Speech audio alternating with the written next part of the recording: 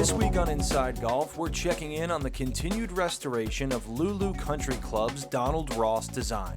Plus, our Teed Off panel returns for another round of discussion. And we're highlighting a new voice helping shape the game in our region. Philadelphia Golf has found a growing presence online through Francesca Ruscio, who's built a following by spotlighting local courses, sharing her love for the game, and making golf more accessible to a new audience. By popular demand from the DMs and the comments section, if you're a member at any of these courses, this is what I think it says about you. Starting out with Bala Golf Club. You call it walkable because you can finish it before your deposition starts. You probably know Francesca Ruscio, thanks for joining us. What's up? Hi. Thanks for being here. Thank you. I'm happy to be here. So, when I watch your content on social media, it feels like... Which content are we talking about? The golf course reviews. Yeah, the thing that I think everyone knows you for at this point.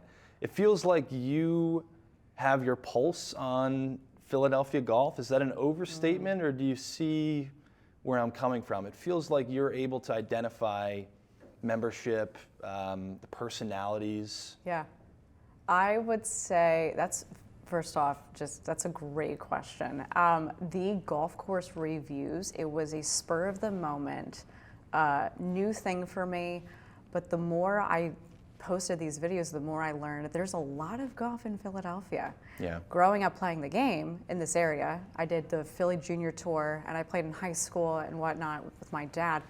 I had an idea of how many golf courses there were, but not to this extent. I didn't know about St. David's, I didn't know about Marion to its depth. Obviously I'm from Bucks County, so I'm a little out of the way from the whole entire Philly golf scene, but I have to tell you, it's been really, really fun. And I have a lot of family members, cousins and friends who belong to a lot of these courses, so just getting an idea of who they are, the lifestyles that they had, and I just basically caricaturize who they are and who I know them to be as a person, and just started to create that spoof comedy with a lot of these videos. And to my surprise, a lot of people love them. A lot of people didn't, but a lot of people do. So I guess the overall message is just don't take social media seriously, and yeah, just create a community around it. And people like to feel mentioned and feel important, so I was getting, I would say the biggest backlash that I got from my DMs was, you didn't mention my club yet, you didn't mention my club.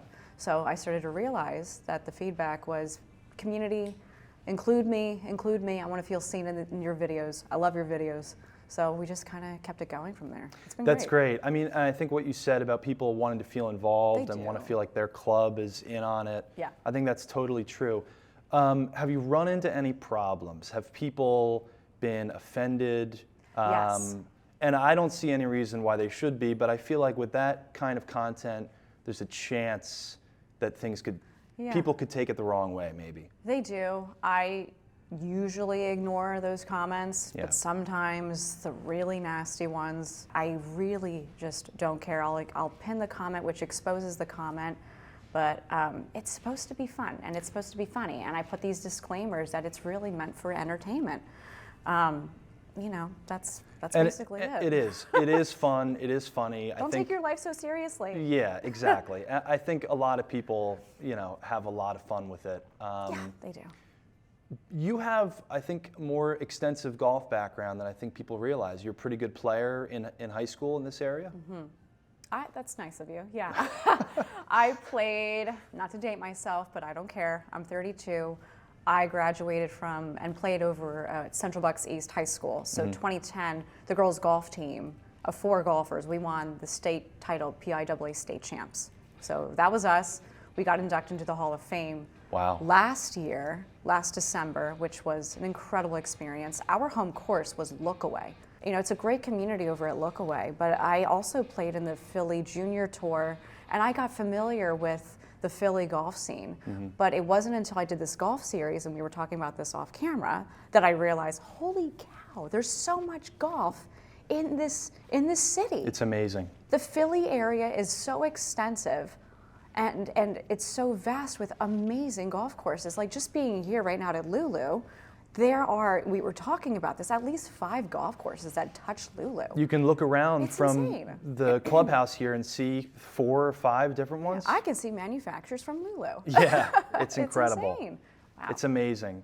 So take us back a little bit.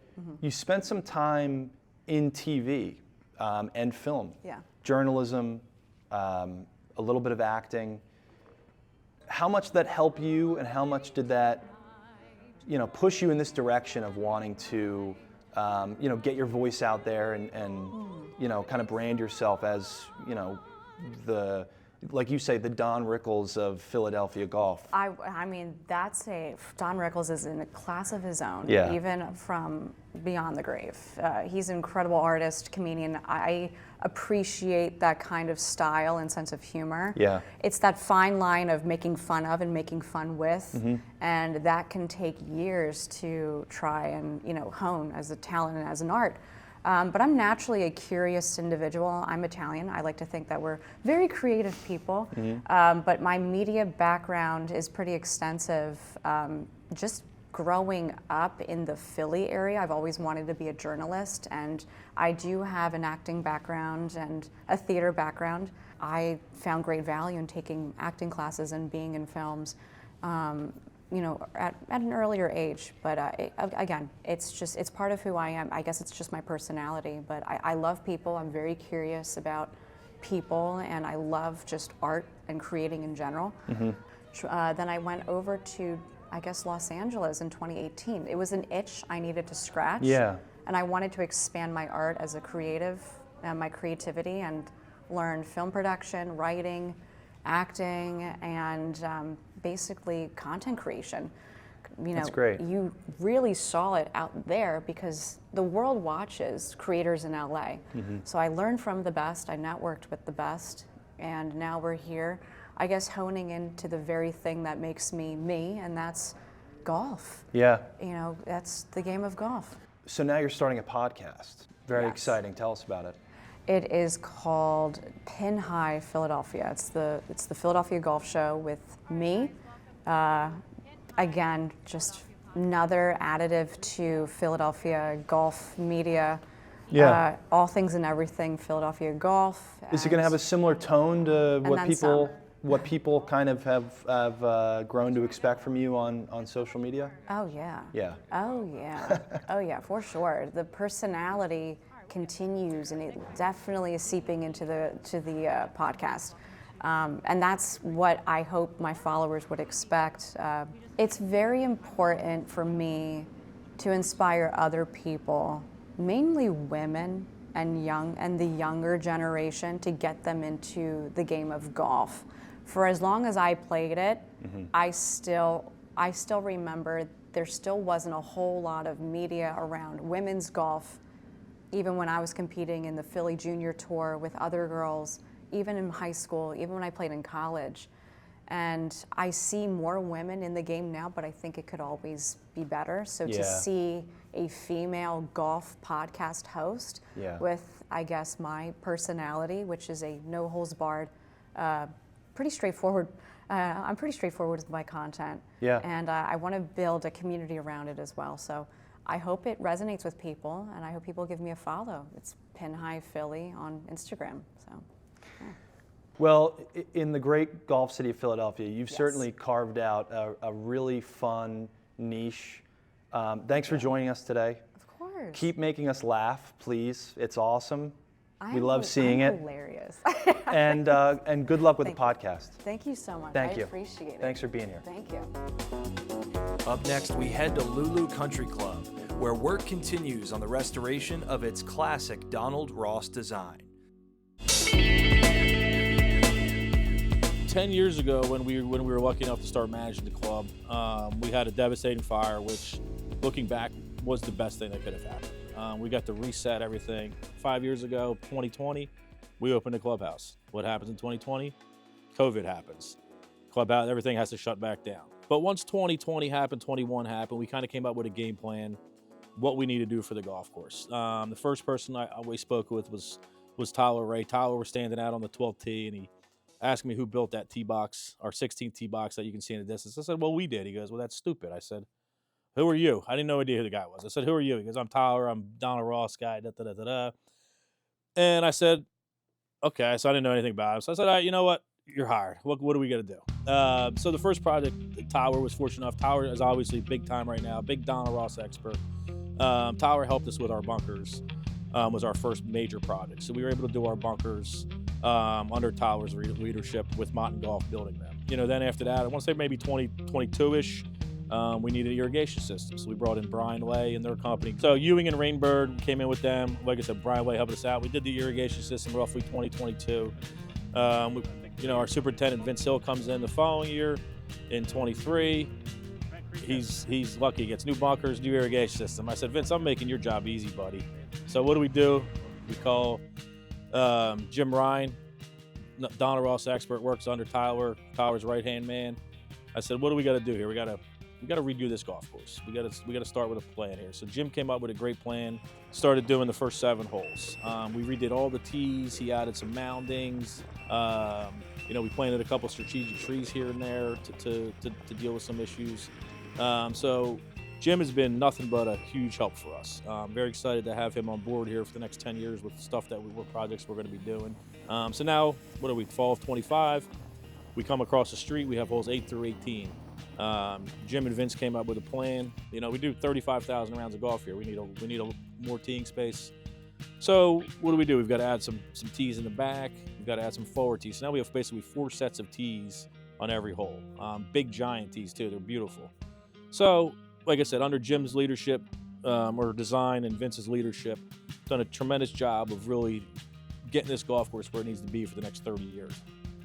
It's been a dream of mine since I was a kid. My high school, middle school notebooks are all drawings of golf holes as opposed to actual notes. And I'd met Tyler when I was working for Mott back in the day, and he was kind of going out on his own. And I was looking to get back up to this area because this is where I grew up. Took the leap and came back up here. There's really only 18 to 20 golf courses being built, new golf courses being built. So while it would be awesome to solely do that, it's not feasible from a business perspective.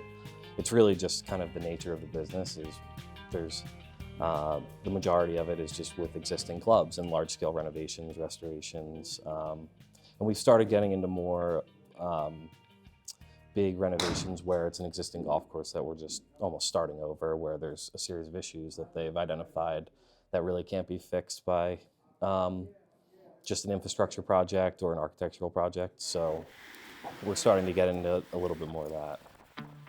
We're a small golf course. We're 120 acres. We can't go stretching things out. We can't. If we wanted to make this original, we'd have to chop down every tree. We're not going to do that. So Jim and kind of come up with a plan where he's added some mountings where they might not be original, but you know what? They flow with the golf course. It makes it harder for the good players. It makes it more scenic when you're out there playing. With these new forward tees that have never been on the golf course, it makes it easier for the higher handicappers. So Jim has really done a great job of kind of melding, what was here originally versus what you need now in this century. It's a hard thing to do. I couldn't do. Every good golfer thinks they can do something like they can't. Like I said, Tyler Ray basically said, "John, you don't know what you're doing," and I agree. So we couldn't be more than pleased with the people that we've brought on board here at the club to really take us into the next 10, 30 years. These great classic golf courses, you'd be shocked how unoriginal or how little truly original stuff is out there. And Lulu's blessed that they've never had, it's never been a place that's had so much money that they've just pumped all this cash into the golf course and changed a bunch of stuff. So it's really a museum in a way. And that's the most fascinating part about it, is that you can walk out on a lot of these greens and it's what would have been here in 1912, 1919. It hasn't really been changed. And frankly, that's the charm. It's the steepness in the greens, and it gives it character, because you wouldn't build something like this now. So it's stood the test of time, but it is now unique because it's old. Coming to a place like this where there was a lot of work to be done and ownership that were willing to do it was like a dream come true. And then the cherry on top is that it's an old Ross, right? It's not a no-name person where maybe you want to come in and change greens and all that. We're just trying to pay homage to him, as well as fit today's golf. That's like a lot of the tee stuff. It's you can't always look at the yardage. You have to look at how the hole will play for that player. so that you're not taking bunkers and hazards and the design he had out of the golf hole. We're moving from 3 to 4 sets of tees, which will address basically an entirely different subsect of the membership. We're trying to get more elasticity in the teeing options so that you can get as far forward as you want, and there's an option that serves the group of people that need 4,800 to 5,000 yards, and then we're trying to get as much yardage back to serve and Lulu has a plethora of good golfers, so getting those back tees is important here. So we're just trying to get options, elasticity, allow Vince and his team to move the tee markers around on par 3s so that the quality of the turf is as good as it can possibly be. This was an old quarry, however long ago, and it was a limestone quarry. So you can see Martin dug this whole side out, and the old pictures, you could see the rock. Literally, we just removed all the soil, and now we'll let the Mother Nature kind of do her thing and wash the rest of the dirt off. But just a cool feature that you want to lead into, because that's the point, right? That's why golf's so cool, and why a place like this is cool. He used all the elevation to make an awesome hole. And you use the landforms and things around you to create a nice, scenic, hopefully difficult golf course. This hole behind us is like the quarry hole. So it's, like I said, your average, solid golfer, it's like a 90 to 100 yard shot. You got to finesse it, right? You might not have that club in your bag that's exactly 90 yards, so you got to put a little touch on it, right? Our goal from day one, when we were fortunate enough to start managing the club, was to give the best golf course with the best value we can. That's our goal, and I think we're achieving that goal. We're getting closer every year, and we're proud of that fact. And we're stealing a lot of ideas from other clubs. I've stolen a lot of ideas from Jim Smith over at Cricket and Dan Mearsman, what stuff that they've done. Steal their ideas. We steal stuff from St. David's. The more stuff you can take from other golf courses and kind of meld it into your own, the better off you're going to be. These clubs have been around a long time. They've done stuff. So we're just going to keep improving, give you the best golf course for the best value that there is in Philadelphia. That's our goal.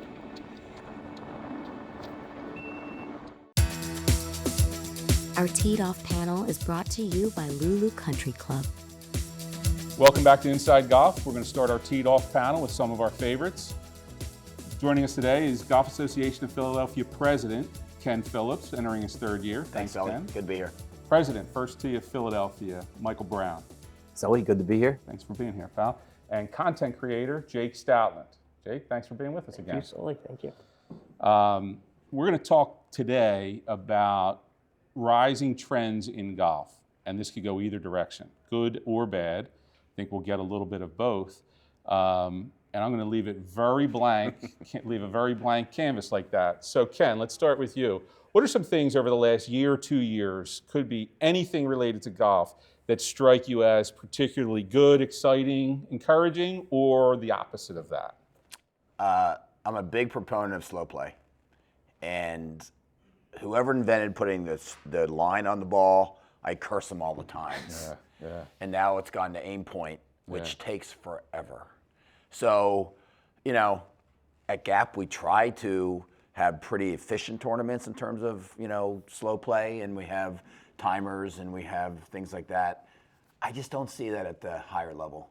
Right. And so that gets frustrating, but, they're playing twosomes in four and a half hours. Yeah. It's like, you and Brownie can play in 2 hours. Yeah. So that's one of my pet peeves. Yeah, that's a good one for sure. Brownie? Slow play wouldn't bother you at all. No. The problem is, as much as I talk, that would be a problem. I would slow people down. They'd have to listen to me. I know I can walk and talk, though. One thing for me is I am a traditional guy. The shirt tails out, the hat's on backwards, wearing your hat in the clubhouse, things like that. That kind of rubs me the wrong way. I get we're trying to attract more people to the game. I think there's time and place for everything. If they're the rules, you obey the rules. If they're not the rules, you can do kind of whatever you want. So I've come to accept, we talked about CBDs on the course, but now alcohol, I've come to accept that. That's part of the game, part of the ritual now. People really enjoy that. So having a couple drinks while they're playing. I'm okay with that.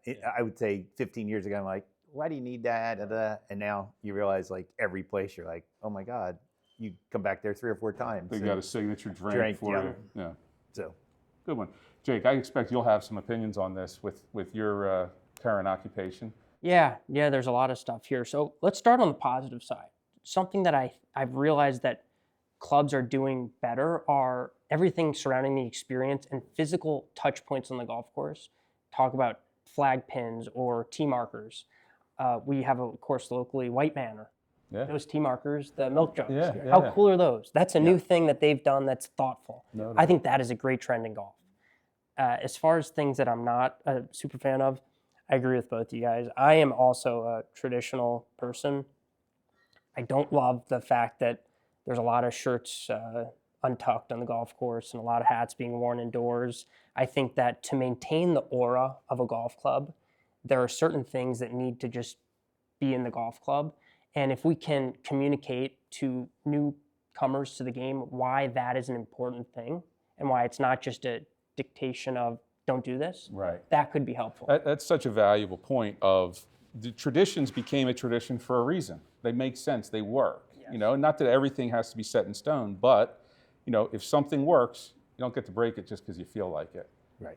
Correct. I'll share a little bit on another positive note, and this ties a little bit to what you do, but golf photography, and so drone use of photography. Every course seems to be using it in their marketing programs, but we're getting unbelievable video and still photography of golf courses over the last couple years. And so LuLu specifically, one thing that builds on widening fairways. So the tree revolution, removing trees was a big deal, and it's taken, you know, it's been going on for 20 years. Well, certainly at LuLu and plenty of other courses I see are now taking their fairways out to where what was covered by trees. I've gotten older. I don't mind an extra 5 or 7 yards of width on the fairways there. Interesting. So, Brownie, how much YouTube golf do you watch? I watch more than I should. That's my scrolling at night, looking at different stuff. I think what they've done, like the day before the Truists, they had the celebrity golfers out there. It's unbelievable. There were as many people watching them as there were that day for the practice round. And then you find out 1 million people watched it over the next 3 days. I'm like, 1 million The people. math is incredible. That's who we want to attract. We want to continue to draw people to the game, all walks of life, and that'll do it. Yeah. Even stuff that Jake does, you know, it catches them. It shows all different variety of things topics he talks to. But every time you turn around, you feel like there's another one. Hey, brought this up. Hey, brought that up. So really cool. Ken, as a competitive golfer, how much of the equipment and technology and instruction, also tying into social media, if I open up Instagram, I immediately see 10 people looking to give me a golf lesson online. Do you do much of that? Does that much of that hit your feed? No, the one thing in preparing for today, I'll put a plug in since my brother was a pro, for his entire life. It's great to see all that stuff online. It's great to try to go to a TrackMan and check your stats and stuff, but go to your local pro. For sure. Have hands and eyes on you, and so go to your local course, go to your local pro, get some instruction, because I think everyone, whether it's club fitting and get the proper clubs in your hand, to getting proper instruction, but the whole social media thing is great for people just starting. Yeah. I go back to Brownie's question of, etiquette, right? We all grew up with etiquette on the golf course, and that's very important still. But so many people are playing the game. We hope that they pick it up. But, when a guy has a hat on backwards and he's having fun, I'm okay with that. I know, yeah. But in the right spot, as Brownie said. If these are the rules, great. If these are the rules, great. So there's so many people playing the game now, which is great. And whether it's instruction, whether it's etiquette, golf's really come a long way since COVID. Well, listen, thanks all very much. This is great material, and thank you all for watching, and we'll be back for the rest of Inside Golf in just a minute. Before we go, one final message from John Rusk. We miss Harry just like everybody else does, and we were coming up with ideas on how we can kind of remember Harry. So what we're going to do is we're going to donate $2,500 for the Super Scratch Foundation. And what that is, it's kind of like the Jaywood Platte, but it's for superintendents. They've done a tremendous job the last 3 or 4 years raising a ton of money to keep superintendents in the business. They sent them to school. We won, I think like $3,000. It got donated to Rutgers on our behalf. So it's a great organization, and we're super excited about being with that in the future. So we thank Harry for all he's done for the club and for golf in general. Thank you, John, and thanks to everyone at LuLu for being so supportive of Inside Golf over the years. That'll do it for this week's show. We'll see you next time. The 28th season of Inside Golf is presented by Destination Montco Golf, the first tee of Greater Philadelphia, the Philadelphia Association of Golf Course Superintendents, the Golf Association of Philadelphia, GAP, Jersey Man and Philly Man magazine, and Inside Golf's partner since 1998, the Philadelphia section of the PGA,